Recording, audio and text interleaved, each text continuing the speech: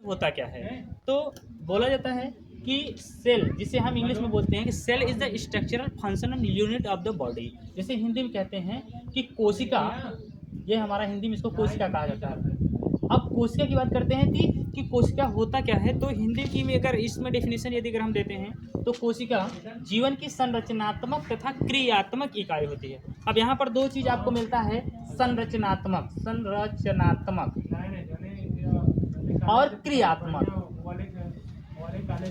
अब संरचनात्मक और क्रियात्मक मीन्स यहाँ पर ये होता है कि संरचना मतलब कि कोई न कोई एक आकृति होगा, आकृति के अनुसार इसमें कोई न कोई क्रिया होती होगी।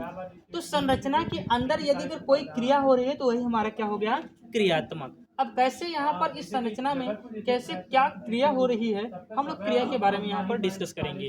अब जैसे कि अगर हम देखते हैं कि ये हमारा एक छोटा सा सेल है।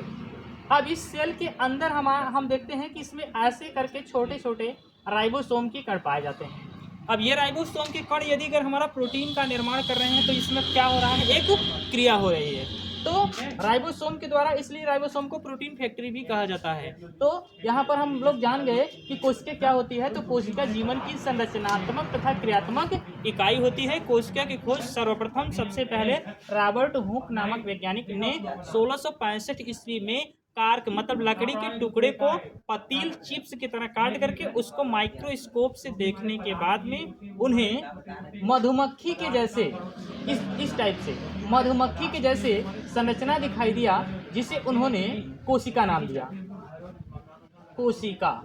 उसके बाद में आता है जीवित कोशिका। तो जीवित कोशिका की खोज करने का श्रेय आता है वह एंटोनी वान ल्यूएनहॉक को होता है। तो यहाँ पर आपको ये पता चल गया कि हमारा कोशिका क्या होता है, जीवित कोशिका की खोज किसने की थी और मृतक कोशिका की खोज किसने की थी। उसके बाद में आते हैं हमारा कोशिकांग। अब तो कोशिकांग की डिफिनेशन की बात करते हैं तो यहाँ पर आता है कोशिका में पाए जाने वाले अंग को क्या कहा जाता है, कोशिकांग कहा जाता है। क्या कहा जाता है, कोशिका में पाए जाने वाले अंग को कोशिकांग कहा जाता है। जैसे कि हमारा क्या क्या कोशिकांग हो सकते हैं, तो यहाँ पर जैसे कि हमारा न्यूक्लियस, इस तरीके से न्यूक्लियस हो सकता है, माइटोकॉन्ड्रिया, प्लास्टिड हो सकता है, गोल्गी कॉम्प्लेक्स हो सकता है,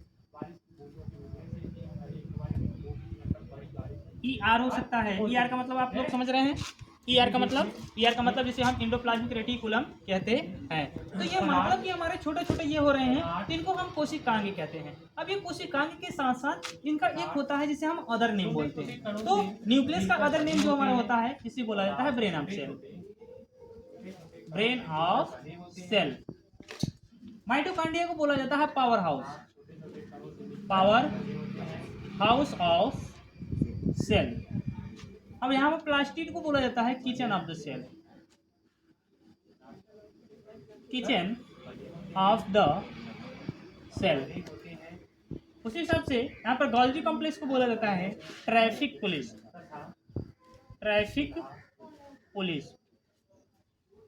उसके बाद में एंडोप्लाज्मिक रेटिकुलम जो हमारा होता है इसका कोई अदर नेम नहीं होता है। तो यहाँ पे जितना लोगों का अदर नेम हमें पता होता है, तो इस तरीके से हम सेल ऑर्गेनेल के बारे में हम लोग छोटा छोटा जान सकते हैं। उसके बाद में हम आते हैं कि सबसे बड़ी कोशिका, ठीक है, सबसे बड़ी कोशिका क्या होती है। तो सबसे बड़ी कोशिका की बात करते हैं तो आपको पता होगा कि शुतुरमुर्ग का जो अंडा होता है वो सबसे बड़ी कोशिका मानी जाती है। उसके बाद में सबसे छोटी कोशिका की बात करते हैं तो जिसे हम माइकोप्लाज्मा कहते हैं। और माइकोप्लाज्मा का जो हमारा दूसरा नाम होता है उसे कहा जाता है पीपीएलओ का फुल नेम की बात करते हैं तो फ्लूरो न्यूमोनिया लाइक ऑर्गेनिज्म होता है। उसके बाद में आता है हमारा कि मानव शरीर की सबसे बड़ी कोशिका क्या होती है, मानव शरीर की सबसे छोटी कोशिका क्या होती है। तो आज हम लोग इसी टॉपिक पर भी डिस्कस कर सकते हैं कि मानव शरीर की सबसे बड़ी कोशिका की बात करते हैं तो ओवम होता है, क्योंकि स्त्रियों में पाया जाता है। और वही चीज यदि अगर मानव शरीर की सबसे छोटी कोशिका की बात करते हैं तो वो उसे हम शुक्राणु कहते हैं, जिसे इंग्लिश में स्पर्म भी कहा जाता है। यह मेल्स में पाया जाता है। तो ठीक है, आज के लिए हमारा ये टॉपिक जो होता है यह समाप्त होता है। Thanks for watching. ठीक है।